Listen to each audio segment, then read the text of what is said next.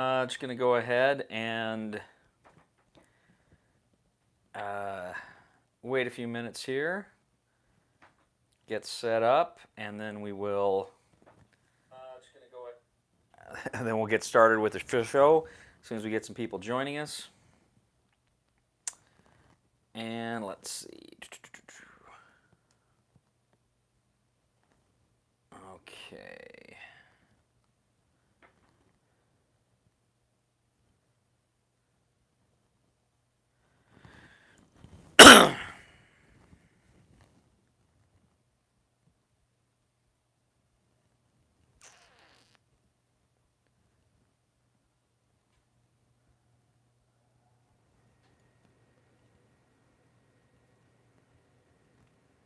Ba ba bee, ba ba ba boo.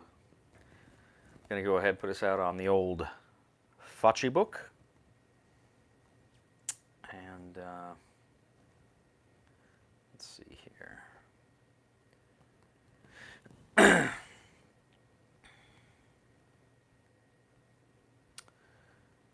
Okay. Da da da da da da do.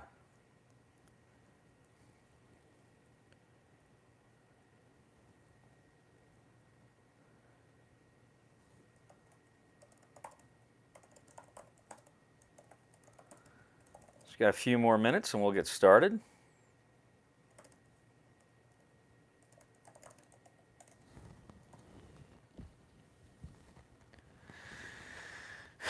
Okay.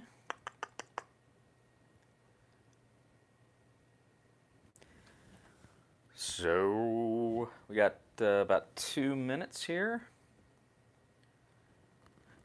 Ba ba ba.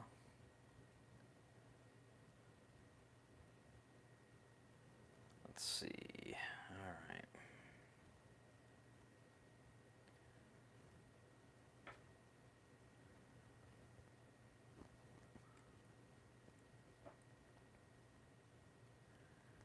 Okay. Got a few people on there. Just about another minute, and we will get started with the big show.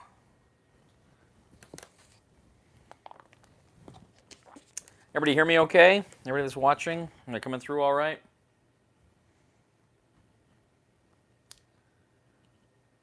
Hello, Carla G. Can you hear me okay? I hope so. I've got this mic in there. I'm not sure. Oh, there we go. Excellent. Thank you, sir. Appreciate it. Appreciate it. Appreciate it.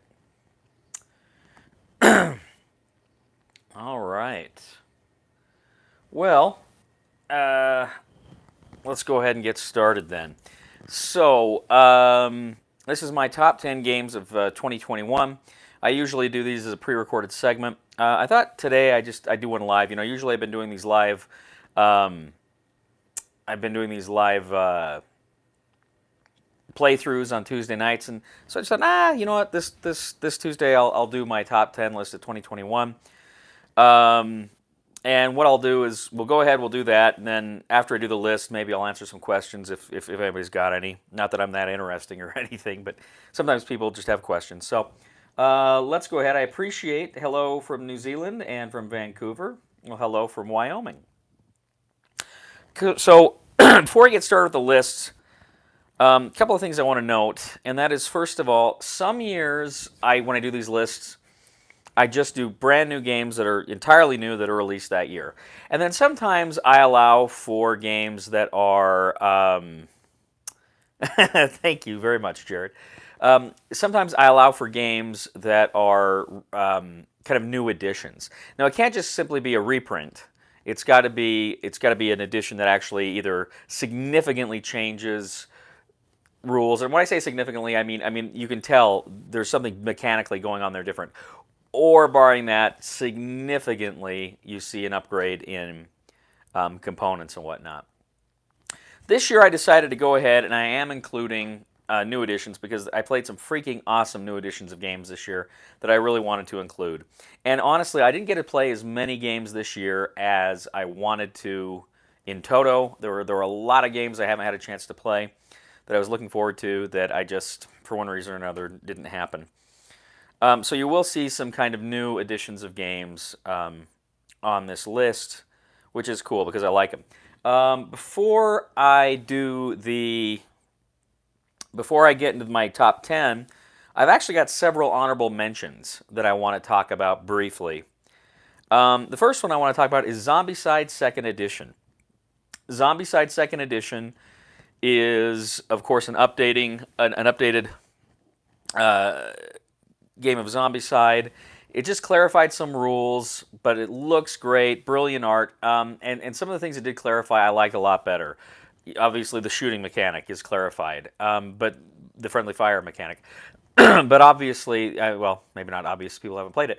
But I like the when you're going into rooms and you don't necessarily draw cards for every room, and just the dark rooms. And there's just some other fun things it did. Heck of a fun game. And actually, just today, a friend of mine gave me the Washington D.C. expansion for Christmas. So I might take a look at that, take that for a spin, and do a review before too long. But that's Zombicide Second Edition. Another one, and this was one I really was expecting to be on the list, and I kind of surprised it isn't. I just like the games on the list a little bit more. But Gravwell Second Edition, I was a big fan of Gravwell. If you've played the original Gravwell, it's from Renegade Game Studios. You're in a black hole and you're trying to escape the black hole. In the new version, there's also, and I've only played it with 3, so that's the way we're playing it. But there's also some rule sets where you can actually have people going in the opposite direction, because this one plays up to 6. The original is just up to 4.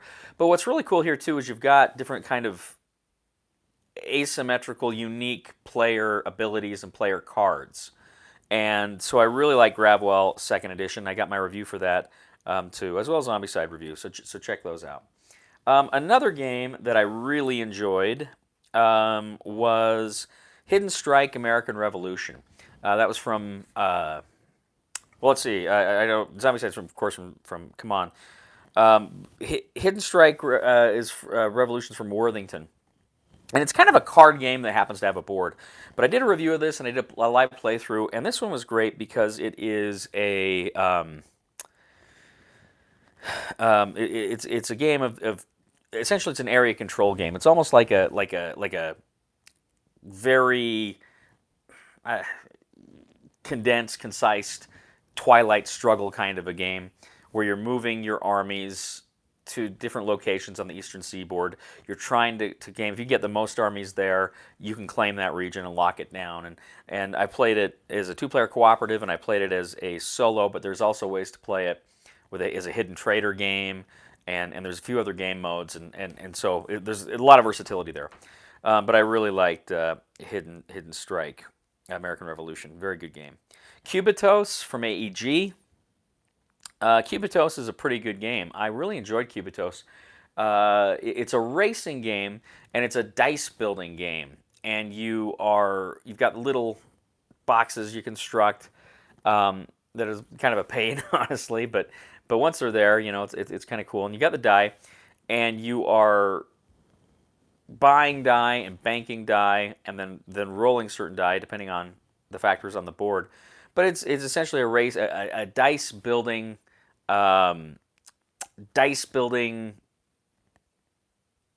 Racing game.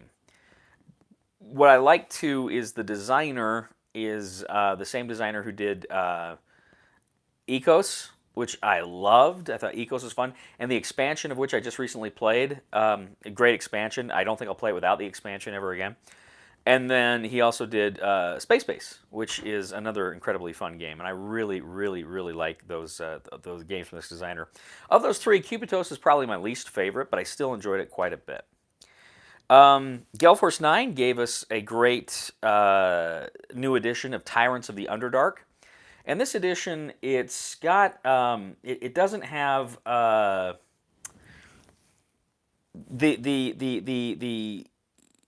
Tyrants of the Underdark, it didn't have the minis. It's got, I think, just the cubes. And I personally, I never played it with the minis. This is the first time I played it, was this edition. But I didn't miss them. I thought what I was playing with was actually pretty cool. But this edition actually comes with the expansion to it baked in. So you're actually playing the game with this, expansion already a part of it. and it was really fun. I really like Tyrants in the Underdark. It's a deck building area control game, and it was very unusual the way it played, but it was a lot of fun, and I really really enjoyed it. That was Tyrants of the Underdark from Gale Force 9, and Phalanx actually came out with a game I played earlier this year that I really liked, and that is Successors 4th Edition. And Successors 4th Edition is cool because it is, of course, the what do you call it? The heirs to Alexander the Great. And Alexander the Great, he after he dies and his generals are fighting and they're dividing his empire. But it's got the same kind of card mechanic from like Hannibal and Hamilcar and Caesar Rome versus Gaul, I think they're all Mark Herman did them. Is it Mark? No, it's not Mark Herman. It's Mark Smitrovich did them, and so it was really cool. And so I really like Successors 4th Edition. Another honorable mention is After the Empire. Was this Gray Fox? Can't remember. But After the Empire is a really cool game where it's like after the Roman Empire, but you are attempting to. You've got these like wooden castles you start out with, and through worker placement mechanics, you're actually rebuilding parts of the castle into stone, which makes them more powerful. And you are also getting armies, and you're getting garrisons, and it's just honorable mention right now is what I'm doing. But you get those units there that can defend the castle, and so you're building up the castle there, and it was very fun, very interesting, and I really quite liked After the Empire. It reminded me of Paladins of the West Kingdom, which I had played actually not too long before this one. They had a similar worker placement feel to them. But After the Empire is fun because it's got that toy box factor, right? It's got that toy box factor there. Hello, South Korea. I watched Squid Game recently. Great show. And then finally, for my honorable mentions, this is just the last game I reviewed. This was Absolute War. Absolute War, the Russian Front, 1941 to 1945. Got to have a war game on here. It's a really interesting game of the Eastern Front, Germany versus Russia. And it had a pretty cool combat system where you're like looking at these pips. You see how many the attacker has, or bursts, I guess they are. These bursts, how many the attacker has, how many the defender has. You find the difference, then you draw a card, and the card tells you essentially what happens in that combat. And it was very, very, very cool. I really, really liked Absolute War. My only problem with it was, and it's not with the game, my problem is I've only played it with a solo mechanic. I haven't played it with the against another living human being, and I hope to do that sometimes soon because it's a pretty cool war game, pretty cool card-driven war game. So those are my honorable those are my honorable mentions from 2021. I'm going to enjoy a nice, great value Walmart water with some great value. No, this is actually Crush flavoring. I usually get the Walmart flavoring, the great value Walmart flavoring, but this is actually Crush pineapple. This is the pineapple. It's the only kind you can get is from Crush. So, Crush. All right. Let's go ahead and let's move on now. We're going to be talking about my top 10 games of 2021. First up, my number 10. Now this is a game, as I mentioned, I'm including new editions of games, provided they've got some new mechanics and what have you. And so my number 10 is from a family of games that I really, really, really enjoy. And my favorite, this is not my favorite of that series, but I was really impressed with it when it came out. And two, because it's kind of a historical game, and it's a history I know a little bit about, but not a lot about. But I really enjoyed it. This is Commands and Colors Samurai Battles from GMT Games, my number 10. Commands and Colors Samurai Battles takes that Commands and Colors system, which is a two-player game. You've got three flanks. And you're playing cards that allow you to move your units on certain flanks or in the center, and they allow you to you roll die and attempt to take out your opponent's blocks, and it's really a lot of fun. Now this one also has a I think they're called the dragon cards or whatever, because you're getting a currency. You can spend the currency to draw these like special cards. They kind of allow you to do play dirty tricks on your opponent or give you kind of special powers for the round. Kind of similar, somewhat, I guess, in the way I think in the what was the Fantasy Flight Commands and Colors one, the fantasy one, then Terranoth. I can't think of it, but it's got a similar system to that, and but it's different enough and it's unique, and like I say, where it's got this Japanese history, I really really liked it. No, you can't play Commands and Colors solo. At least I've never met anybody who can and lived. But really like Commands and Colors games. Really, Battle Lore Second Edition. Thank you. Yeah, I really like Commands and Colors games a lot, and this one is one of the better ones I played. My favorite Commands and Colors is still probably Napoleonics, but I really really love Samurai Battles. So that is number 10, Commands and Colors Samurai Battles from GMT Games. Okay, my number 9, this is another historical war game in a sense. This is a solitaire game that just came out earlier this year, and it too is part of a family of games. I think this is the third one. I think we got a fourth one coming out next year. But this is Soldiers and Postmen's Uniforms from DVG. This is, of course, Dave Thompson design, who's done some great games. He did Undaunted Normandy and North Africa. And I haven't played the Reinforcements pack yet. I want to do that. And he also did, the other games in this series were the Castle Litter, Pavlov's House. But Soldiers and Postmen's Uniform, this is like a depressing game because you are the essentially Polish postman in what is it today, Gdansk, but at the time was Danzig, and you are defending the post office from the German attack because they're coming the first day of the war, September 1st, 1939, and the Germans are coming in, and you're trying to defend the post office from these German hordes that are coming and attacking you. And there's different tracks leading to the house, but you got inside the house, you're moving around your characters, and all of these Polish defenders are named, and they're actual people, and so you're trying to defend the space, and it's a tense game because you're trying to hold out and hold out and hold out, but it's depressing because of course, what happened, and of course the history of Poland. Ooh, not a good time to be in Poland. And so anyway, great game though, and fun and interesting and engaging game. And it's one, and all of these games, I did a playthrough of Castle Litter about a year or so ago, year and a half ago.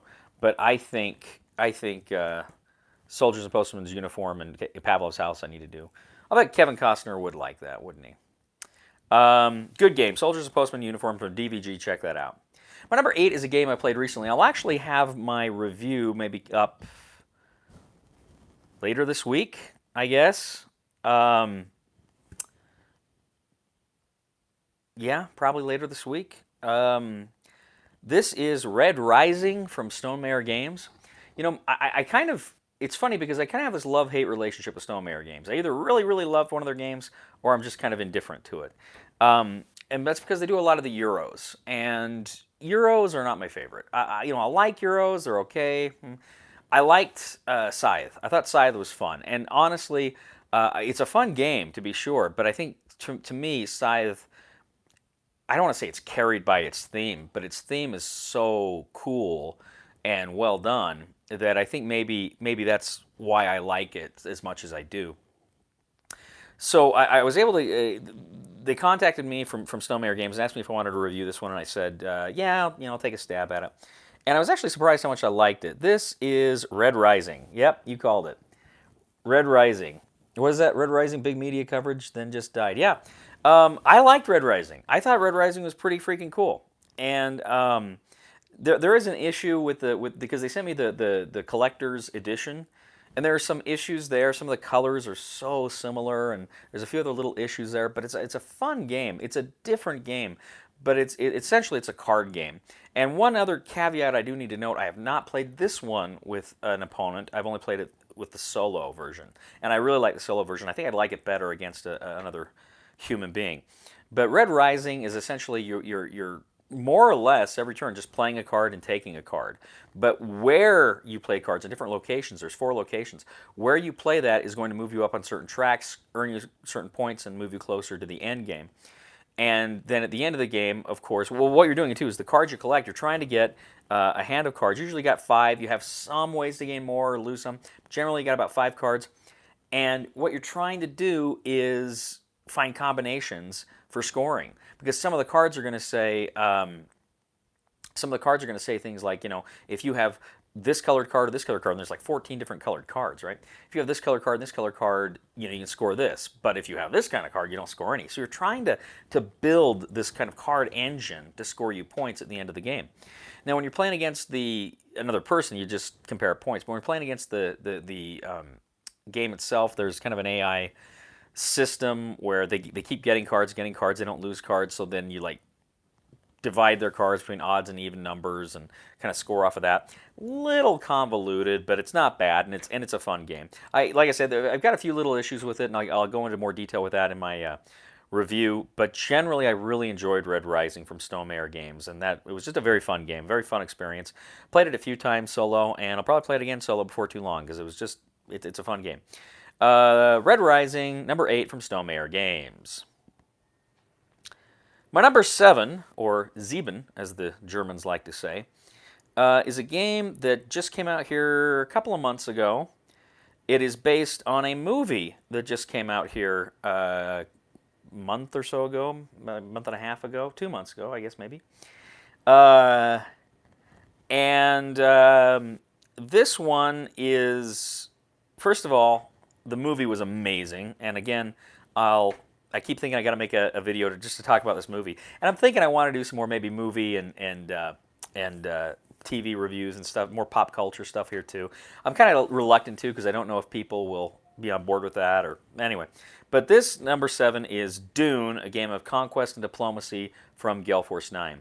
So Dune, a game of conquest and diplomacy, is kind of a re-implementation of the Dune 1979 that was released just a couple of years ago, again by Gale Force 9, but it changes it. So, for instance, in that original game, there were 6 players. Here, there's only 4. There was kind of actual alliances you would enter into in that 6-player game. In the 4-player game, it's more just kind of where the diplomacy comes in is just like pile on the leader kind of diplomacy, right? If you don't do this, he's going to win. He's going to win. So,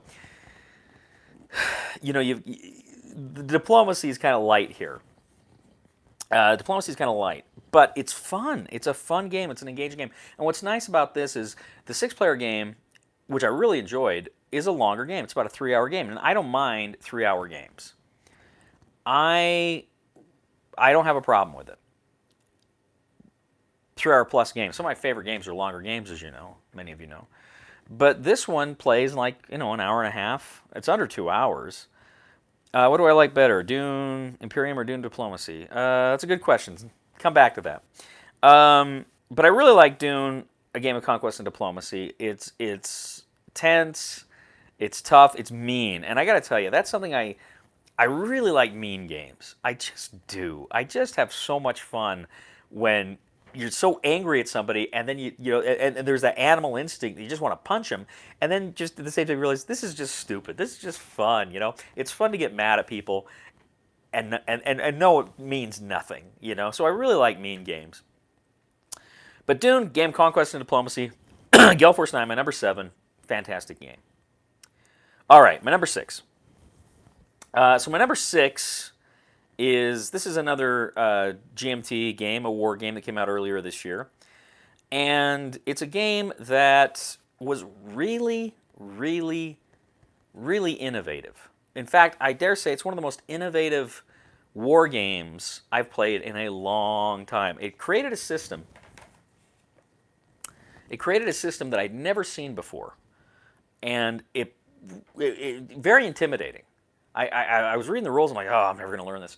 And then you do the tutorials. It's like, oh, okay, this makes sense. This makes sense. And it blew me away. I played 2-player, I played solo, and it's a fantastic game. But it is, there's a lot to it, but it's worth it to learn it. I'm going to tell you what that game is after I enjoy another sip of my beverage. Crush. So this game, my number 6, is Atlantic Chase. Atlantic Chase from GMT Games. Atlantic Chase is, why it's innovative, is it's a naval war game. Now, first of all, it covers World War II. At the beginning of the war, the surface navies, the Kriegsmarine and the Royal Navy, at the beginning of the war. Now, usually when you play a World War II Atlantic naval game, it's all about the submarines, right? Because it's later in the war, it's all about submarines. So that's what's cool about this one is it's the surface, right? It's what's going on the surface of the surface of the ocean. But it's really cool. I really, really liked Atlantic Chase because not only does it cover that specific area of the war, which we don't see too much in gaming, but it's got this innovative system where you actually, it's as much about finding the enemy fleet as it is about fighting. And so what you do is you actually have these like little rectangles, bars, wooden bars, and you make these lines called trajectories. And so essentially what you're doing is you're trying to use your own ships to intersect it, to bring another line around, another trajectory through it. You're trying to narrow down where it could be. And then you're kind of looking at a number of factors in a matrix, you're rolling die, and you're seeing if you can pinpoint where that fleet is. Now, as soon as the fleet is located, you remove the segments of the trajectory and you replace it with a little cylinder called a station, so you know exactly where it is. But you're doing this. You've got all sorts of, you can bring in air power to try to find them. You can use submarines there. A lot of times you're essentially trying to race. One ship's trying to get to port, the other ship's trying to prevent them from getting to port. Fleets rather. It's just very cool, and it was one of these games that was very unexpected and really interesting. So that is number 6. That is Atlantic Chase from GMT Games. Great game. My number 5 is another historical game, but it's not a war game, at least not a conventional war game. Rather, it's a States of Siege game. This is a game I reviewed a while back, and I actually did a live stream, 2 months ago. And this is Soviet Dawn from Worthington. Now, this is a reprint. Well, I shouldn't say reprint. I think it's a new edition. I think there's new stuff here. It originally, I think, was a Victory Point Games game, and Worthington has redone it. And in Soviet Dawn, essentially, you are in Soviet Dawn, you are the communists. You are Lenin and Trotsky and these fellows. And you are trying to protect the revolution from the White Russians, from the counter-revolutionary forces, and there are different tracks leading to Moscow. And essentially, every turn, you're trying to win either a military victory, which means you just hold out until the end of the game, playing through a bunch of cards, or you are trying to get a political victory by moving up on this political track. It's very interesting. It's a very, very interesting game. It's a lot of luck. It's a very luck-heavy game. A lot of die rolls, a lot of, draw the cards. So if you're somebody that absolutely hates luck in games, maybe this game isn't for you. But I really liked it. I thought the history was very, very well done. Each card has a lot of, kind of facts and stuff about, the flavor text and whatnot.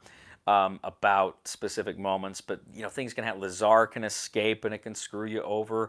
You have the American and British intervention coming at you from the north. You have the Czech Legion, which is trying to get through Russia. You have all these different things that happen in World War I and the Russian Revolution, the Russian Civil War, that play a role in this game. Very, very fun and engaging history. I really liked it a lot. And very fun game. That is Soviet Dawn. That is from Worthington. It's my number 5. Dual powers. I like dual powers, but no, I like Soviet Nam better. I like Soviet Nam better than dual powers. My number 4 again is another kind of new edition of a game. And this is a game that I reviewed not too long ago, and I've done a couple of live streams solo for this game. And I talked about one of its family of games in my honorable mentions. But this is Night of the Living Dead, a Zombicide game. Night of the Living Dead, a Zombicide game, is a lot of fun because more than any other Zombicide game I played, Night of the Living Dead has this kind of claustrophobic feel. It has this very intense. Well, as I described this, I think in my review, whenever I play Zombicide games, I feel like they are. I feel like they're action films. I feel like I'm watching an action film when I play them, right, with zombies in it. But when I play Night of the Living Dead Zombicide, it feels like a horror film. It legitimately feels like a horror film. A lot of times it's kind of more difficult to get weapons and stuff like that, or it takes longer. And it very much feels like that movie, Night of the Living Dead, and it's creepy and it's scary, and I really enjoyed it. Zombicides are always fun. I always enjoy a good game with Zombicide, and Night of the Living Dead, a Zombicide game, is maybe my favorite. I still like Black Plague a lot, and I still want to play the second edition more too. But for right now, yeah, I'd say. I'm kind of leaning toward Night of the Living Dead as my favorite Zombicide. So that is Night of the Living Dead, a Zombicide game. That is from Come On, and that is my number 4. My number 3. My number 3 is a very fun game. Obviously, it's a re-implementation of one of my absolute favorite games of all time. This is another game I will have a review coming at you here before too long. But this is a game that, well, I'll just tell you what it is. Unfathomable from Fantasy Flight Games. So I played Unfathomable a couple of times now. When I went down to Vegas over Thanksgiving break, coming and going, I stopped in Salt Lake and I played this with some friends. And Unfathomable, of course, is based on Battlestar Galactica, which is like my third favorite game. Yeah, third favorite game of all time. And I really always liked Battlestar Galactica. My friends and I got a huge kick out of Battlestar Galactica. And of course, it went out of print. It was hard to find. And Unfathomable came out, and it was essentially the same game. But it is it's set in the Cthulhu universe. And I'm still learning some of the nuances of it. I don't think I'd ever see myself getting rid of BSG, because BSG is just such a great experience, and I was such a big fan of the TV show. And I've said this before 100 times, I just did my top 10 movies and TV board games, and BSG was at the top because no other game have I ever played that so well captured the IP as Battlestar Galactica did. But that having been said, Unfathomable does a good job of still creating that paranoia and that fear that we see in the other games. And I will say this. There's a mechanic in here. It's kind of like the sympathizer card in Battlestar. And I usually play with the sympathizer card in Battlestar. But this is called the Cultist. And I'm not sold on the Cultist. In fact, both times I played with the Cultist. Next time I'm going to play without it and kind of see how that goes. Because I think the Cultist just makes the bad guys a little too powerful. It's hard enough to win that game when you got 2 bad guys. When you got 3, it's just, that's really tough. But Unfathomable is a fun game. I like the artwork's good, and the presentation and the whole Cthulhu implementation works very, very well. Let's see, yeah, right there, Unfathomable, got it right there. Anyway, I really like that, and I will say this too. It's kind of fun to have a game where you're kind of rooting for FFG again, because they used to be just my favorite game company, hands down. And I just, man alive, I felt so bad because they've gone in other directions, and which is fine. It's their company, more power to them. But I long for those days where they were putting out 5 or 6 games a year that I was just wetting my pants excited for. Ooh, too much information. Ooh. All right, so that is number 3, Unfathomable, and that is from Fantasy Flight Games. Wow, we're already to number 2. My second favorite game of 2021. This is another reimplementation of a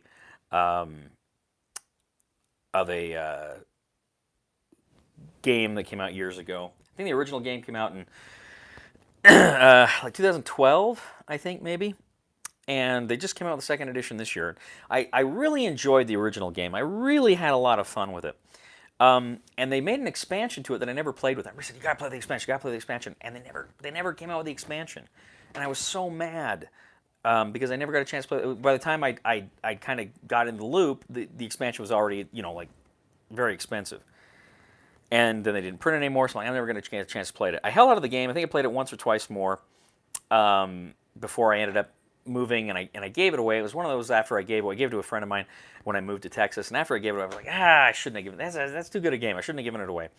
And then about a year or so after I was in Texas, they announced they were coming out with this special edition. It was supposed to come out, second edition was supposed to come out like the next year, and it didn't. It finally didn't come out until I actually moved up here to Wyoming a few months ago. This is Clash of Cultures second edition from WizKids. Clash of Cultures is a great game. It's a phenomenal game of civilization building, and what I like about it is, it's one of these big epic games. It's this epic game where it's a 4X game. You're exploring, you're investing in technologies, you're buying military units, you're trying to keep the people in your cities happy, and you're just building wonders and all sorts of things. It's a great game it's a great civilization building game. In fact, I'm actually going to be playing Civilization: A New Dawn. I'm going to be playing that hopefully first week in January with some friends up here in Wyoming.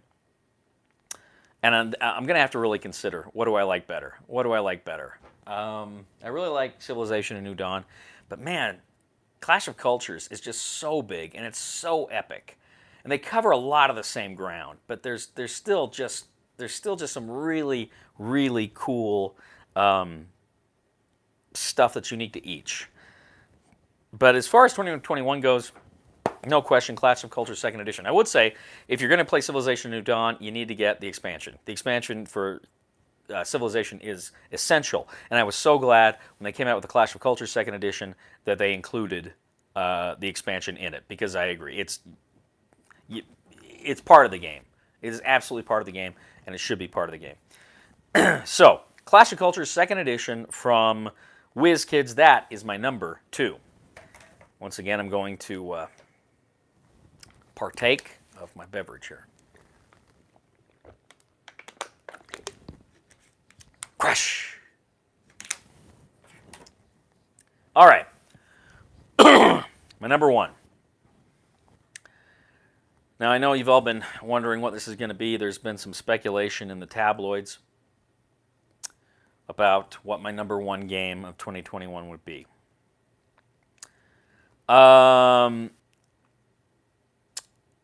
This is a game that, I don't know. Anybody have any ideas? Anybody have any ideas what my number 1's going to be? Kind of interesting to see what people might think.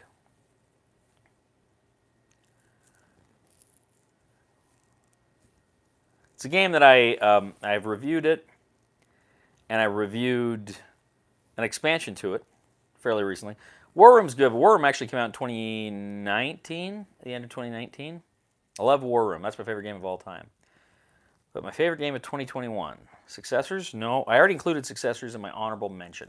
Really enjoyed Successors, but didn't quite make the list.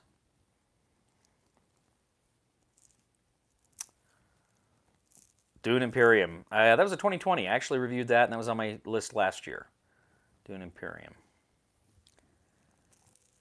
Any other ideas? Give you a hint. It's a bit of a war game. Coalition. Coalition was good. Both Coalitions was better. And I actually debated putting that on this list, but I didn't because technically it hasn't been released yet. No, my number one game of 2021 is Company of Heroes from Bad Crow Games. Company of Heroes is a World War II game that is based on the video game. And I really thought this game looked amazing. I thought it just looked like one of these games. The production was great. And that actually made me feel like maybe I wouldn't like it too much. Because it made me feel like I might not like it too much because it's been my experience that sometimes games can be overproduced. And if a game looks that good, sometimes it's looking that good to make up for the fact that mechanically it's kind of wanting. And I felt like with Company of Heroes, it looks so good. I'm like, oh, this couldn't possibly be as good as it looks. And it was. This game is phenomenal. I absolutely fell in love with this game. Essentially, it comes with 4 factions: the Americans, the British, the Russians, and the Germans. And you get so many movement points per turn, and you've got minis here. So you've got the infantry. You've got you can add machine guns or mortars to them. You've got various tanks that you can use. You got jeeps and whatnot. But as you're moving along, you're capturing certain points on the board, which gives you more points to spend with, so you can buy more units to bring on the board. It's kind of a board game implementation of a real-time strategy in that sense. The combat's weird too, and I wouldn't have expected to like the combat because the combat is somewhat deterministic, right? The combat is you get line of sight, and it's just assume you got a hit, right? I'm going to target that unit, they get a hit. Except the person being targeted then can roll die to try to defend themselves. Depending on if they have cover or if they have something else going on, they can go ahead and roll the die and see if they can mitigate those hits. But it's very well done. I know some people have issues with the solo system. I enjoyed the solo system. I thought it was fun. I would like to see, as somebody just mentioned, different factions. It worked for different factions. But I was fine with the solo system. I didn't have a particular issue with the solo game as it was. I rather enjoyed it. But just as a whole, the game looks great. It plays great. I've played this game several times now. And every time I played it, I've just had so much fun. I would say that I played with 4 players, played with 2 players, played with 1 player, and I think my favorite player count is 2 players. I think really it feels like it shines at 2 players. Like the solo game, and it's kind of fun to play with more people, but I really feel like this game shines with 2 players. And I won't get into that. That's a whole spiel in and of itself. But I really like the game with 2 players. So that is my number 1 game. That is Company of Heroes from Bad Crow Games. That is my number 1 of 2021, and that is my top 10 games of 2021. All right, I noticed while I was talking and blathering on and on and on, I had a lot of people ask me some questions, and I couldn't respond to all of them. So if you would like to do a brief Q&A, if you do have questions, I would like to go ahead. Thank you. Nice list. I enjoyed it. I'd like to go ahead and take a few minutes to answer some of your questions.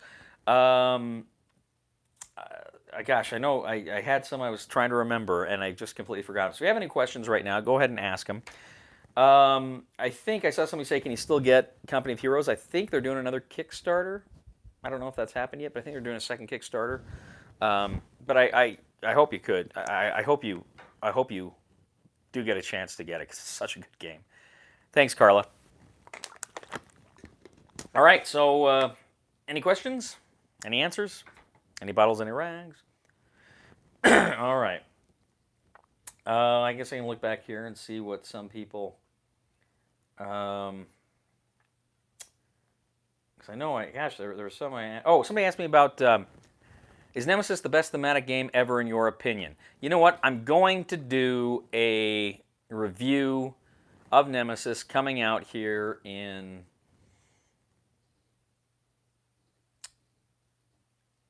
the next couple of weeks. So let me defer that particular question until you see my review there. Are you sad you broke up with Fortune and Glory? I am. I miss Fortune and Glory every day. But, you know, at the end of the day, it didn't work out. It didn't work out. What games are on your must-buy list for next year? Oh, golly. Golly, golly, golly, golly, golly. There's some, and now I can't think of any. I know there's some I'm looking forward to, and you asked that question, and it just went out of my mind. Did you get a copy of Help Arrives by Draco Ideas, Spanish Civil War? No, I think I got something. Is it Draco that did Tetrarchia? And Scope something? I think I got a I think I got a package today. I think that was from them. I could be wrong. But I don't think that particular game was in there. Somebody asked me about Dune Imperium and Dune Conquest of Diplomacy. Which one do I like better? They're very different games. Let me just say that right now. I think they're very different games. But gun to my head, I prefer Dune Imperium because because it's got first of all the solo mode, which I really like. But I'm a sucker for board games that have a deck builder component too. I just really like that. But they're both great games. I really like them both. Which is better, Civilization New Dawn or Civilization 2010? I've not played. You know, I never played the Civilization 2010. I owned it for a while. I actually had a copy and I never got it to the table. And it was one I ended up giving away when I moved to Texas. So I've never actually played that one. But I really like the new one. Have you ever played Star Wars X-Wing? Did you like it? Yeah. I reviewed, when they did the Force Awakens set, I actually reviewed X-Wing. And I've got a ton of X-Wing stuff over here in a crate I haven't opened for years. I actually liked X-Wing, but I liked Armada a lot more. I thought Armada was a much more fun Star Wars miniatures game. And gosh, talking about it makes me think I want to play it again sometime. It's a great game, Armada. How difficult is Imperial Struggle to learn? There's a learning curve. There's a learning curve with Imperial Struggle. I would... It's learnable. You can learn Imperial Struggle, and it's not horrible. But you got to take your time with it. I mean, you've got to learn it, you know. Watch a good video, right? You know, I've not played Warfighter. I keep hearing everybody tell me about DVG's Warfighter. I've not played it, and I keep thinking maybe that's one I should check out at some point. Which is better, the Dune or Dune Rex? Or the FFG Rex? Well, the new Dune, of course, is just the 4-player. If I was going to compare it to the original Dune, which was reprinted in 2019, I'd say it comes down to theme, really. And I like Rex a lot, but I prefer the Dune theme. I wouldn't say Imperial Struggle is the best game of the last 3 years. It's a good game. It's a solid game. But I wouldn't call it the best game of the last 3 years. I think there are games... Well, yeah, I mean, it's a subjective thing, right? It's not my favorite game of the last 3 years, certainly. But I liked Imperial Struggle quite a bit. Let's see, what else? You have a lot of the second... It's the first... Oh, for Star Wars? Yeah, I never... You know what? I got the second edition... I actually did a review for the second edition base game. But yeah, when they went to the second edition... I wasn't going to follow them there. I had too much invested in the first edition. I wasn't going to buy conversion packs. You know, I didn't like it that much. What was the question there? Have you played with the Sword of Mine? No, but I own a copy. I actually just bought a copy of it not too long ago, and I haven't played it yet. So that's one I got to play and review before too long. Well, thank you, Phil. I appreciate that. It was very kind of you to say. Yeah, Tom. I don't think you're missing much with second edition. Yes, Conquest and Consequence. Yes, that's one. Actually, thank you, because you remind me. GMT's got a lot of good stuff coming out next year. They've got that. They've got the Prime Minister game about Victorian politics, which looks pretty cool. They've got a Congress of Vienna game, which looks pretty cool. They've got like a French Resistance game, and they got one about the Munich crisis. GMT's got a lot of games I'm looking forward to next year. So yeah, thank you. I couldn't think of anything, and then boom, you reminded me. Um, Red Flag on Paris. Oh, really? Is Red Flag on Paris out? I didn't think it was out yet. I gotta look into that one. Oh, it's on the way. Okay, yeah, I gotta get that one. Hey, thanks, Diego. I appreciate that. It was very kind of you to say. No, Red Flag over Paris looks really cool. Let's see, what else we got here? Have you heard about G.I. Joe Transformers deck building games? Okay, so yes, I've heard about them, and Renegades actually said they're going to send me some copies to review. So I will get, as soon as I get those, I'll get reviews of those deck building games up. And the Undaunted Reinforcements, I'm working on getting a copy of that right now. Dave Thompson's actually hooked me up with a guy at Osprey, so I'm trying to get that settled there. But I want to get the Reinforcements back and play that solo, because I think that sounds like that'd be a great solo game there.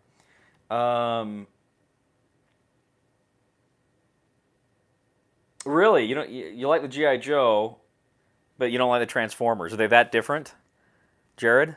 Are GI Joe and Transformers, are they that different? That's interesting. That's interesting to hear that. I just kind of assumed they were probably the same thing, more or less. But that's cool. That's cool. Let's see. What else have we got here? They're very different. Well, that's good to know. That's good to know. Oh. How do you feel about Compass's new sniper game and tank solo game? I haven't played them. The thing about Compass games is they're expensive, and they've never sent me anything. I've reviewed, I think, 3 or 4 Compass games. A designer sent me one once that I was able to review. But other than that, I bought all of my games from Compass Games. And, I'm not a wealthy fellow, so a lot of my games that I review, are complimentary. And I can't keep up with Compass Games, unless they were kind enough to send me stuff. And I don't blame them. I'm not in any way saying they need to send me stuff, by all means. I totally respect companies that don't give stuff out to reviewers or certain reviewers. That's completely up to them. But I'm just saying I don't think I can review them because I can't afford it, right? Really enjoyed the San Diego History Con. Have you gone participated? I have not.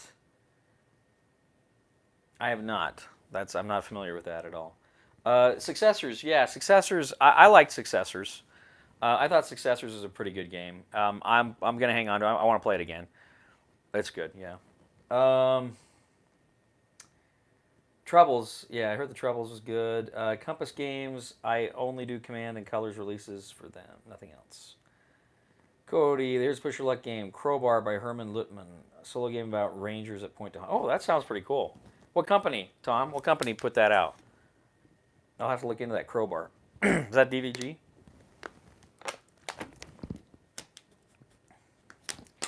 Yeah, Avalon Origins of World War II. Yeah, I did a review of. If that's Origins of World War II, Jim. Yeah, I did a review of that a few years ago.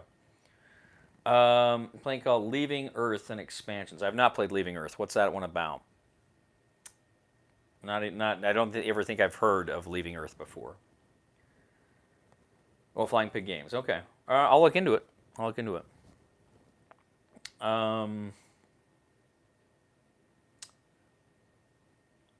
Yeah, it sounds like it'd be a pretty interesting Point du Hoc. Sounds like that'd be a pretty interesting thing there. Topic to go. Heroes of Normandy. I played. No, I did not play it. Somebody was very kind and sent me a copy of Heroes Over Normandy, a viewer, and I never got to the table. I ended up giving it to a buddy of mine when I moved and never played it. I heard it's great. Leaving Earth about space race, great game. Who did Leaving Earth? Who published that one? Is Star Wars Rebellion still one of your top games? Yes. In fact, I just did my top 10 movies and television IP games. And I think Rebellion was number 2, right behind Battlestar Galactica. Really liked that. Really liked Star Wars Rebellion. As a 2-player. I don't like to play it as a 4-player. As a 2-player, it's great. Bummer. Carla, what's the bummer for? Have you ever played Post-Human? No. Is that another good one? I've heard about it. I've heard Post-Human, but I never played it. Thoughts on IDW and TMG folding? To be honest, I haven't heard too much about it. I haven't been following that. Did they both go under? Actually, wait. I think I did read something about TMG now that you mention it. Yeah, I did read something about TMG, but I didn't know IDW was going under. That's too big. Was that recent? When did that happen? Um. Oh yeah, Heroes of Normandy. I had I was really interested in the was it Heroes of Normandy? They had the Cthulhu version. I thought that might be kind of fun. Just incidentally, let me back up. I saw somebody on here write about uh, Tannhauser from FFG. I own Tannhauser. I played it a couple of times. I liked it. I didn't think it was as great as everybody else thought it was. In fact, the line of sight system was awesome, but I thought that was the epitome of a game that was an okay game that coasted on its theme. The theme was awesome. The artwork was awesome. The minis were awesome. And the game was okay. But I didn't think the game lived up to the hype around Tannhauser. And then it went out of print and it just became a cult classic, right? TMG is selling all its stock out to Cool Stuff Inc. Oh, bummer.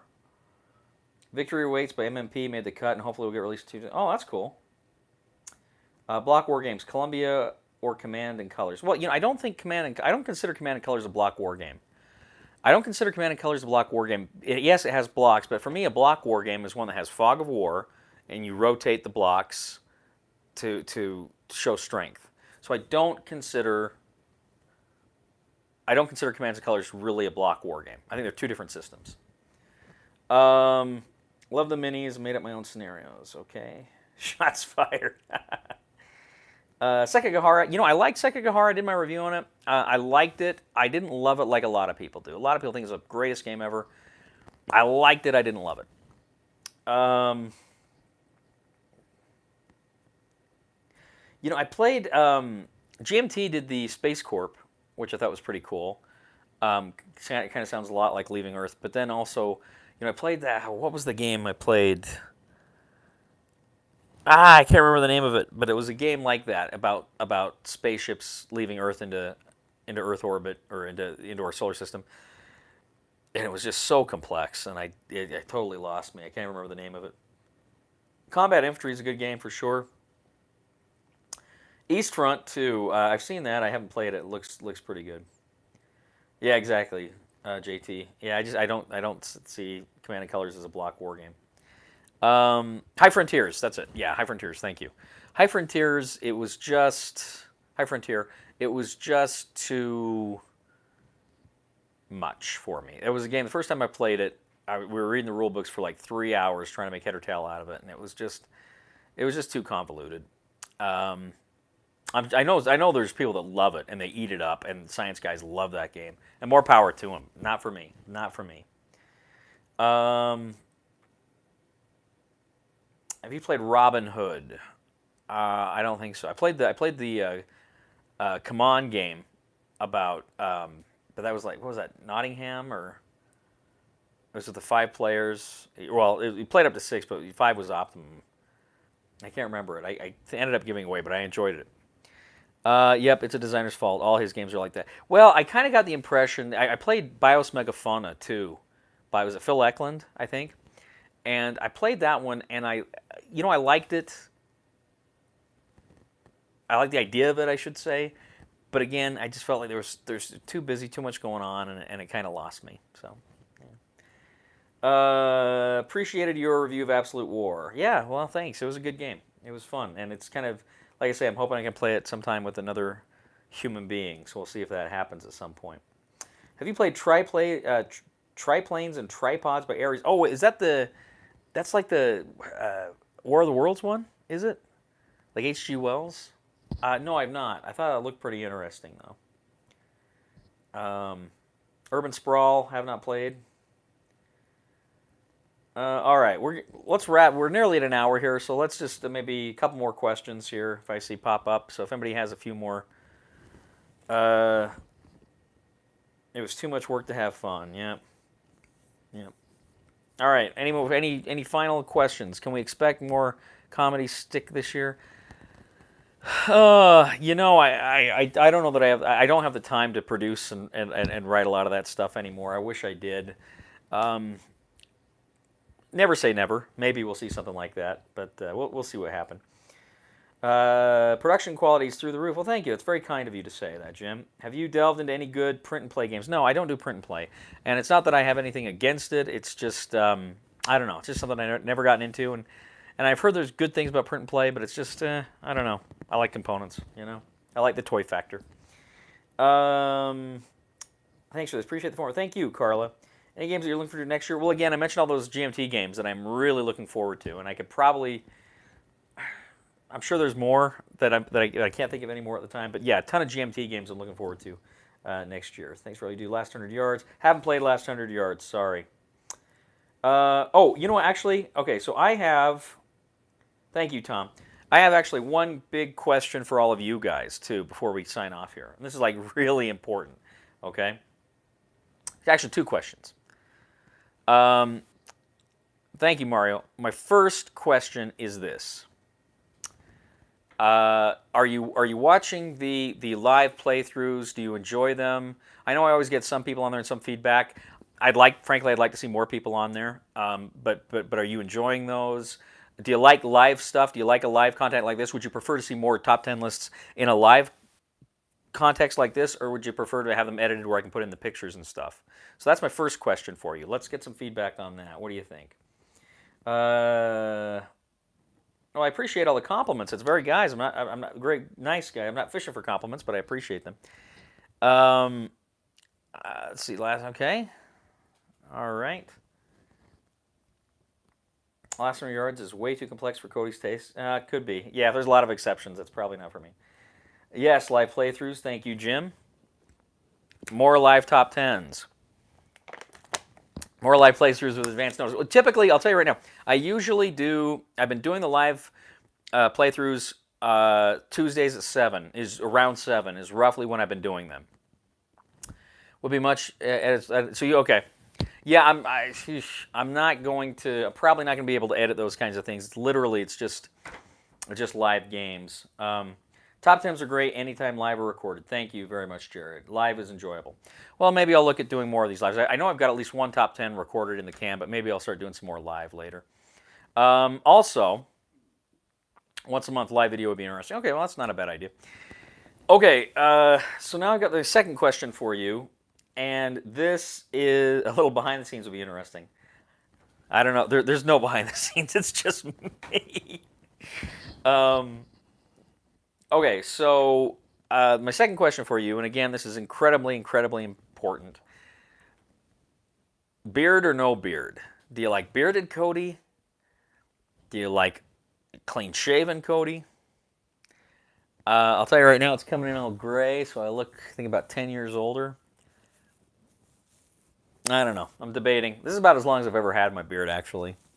So I'm debating whether I want to keep it or get rid of it. If I get rid of it, it'll probably be next month sometime. Jim is for the beard.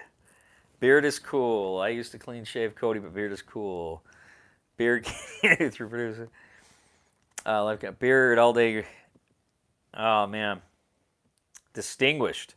I remember Tom Hanks was on David Letterman one time, and he had like a Van Dyke, and he says, 2% of the people tell me this looks distinguished. 2% of the people tell me it looks diabolical, and 96% said no difference. That's kind of the way I feel. A lot of love for the beard. Let's trade Cody with chops. Oh, that'd be good. Donut shave. I don't know. I think the ladies prefer clean-shaven Cody, so I don't know. We'll see what happens. Well, hey, guys, thank you so much. This has been a lot of fun. We're here longer than I thought we'd be. But I really appreciate you tuning in, and have fun, guys. So this has been great. I appreciate it. We will talk to you soon. Got some more reviews coming up for you next week, and maybe we'll do some more live streams in the future. Hey, thanks a lot, guys. I really appreciate you tuning in. Take care.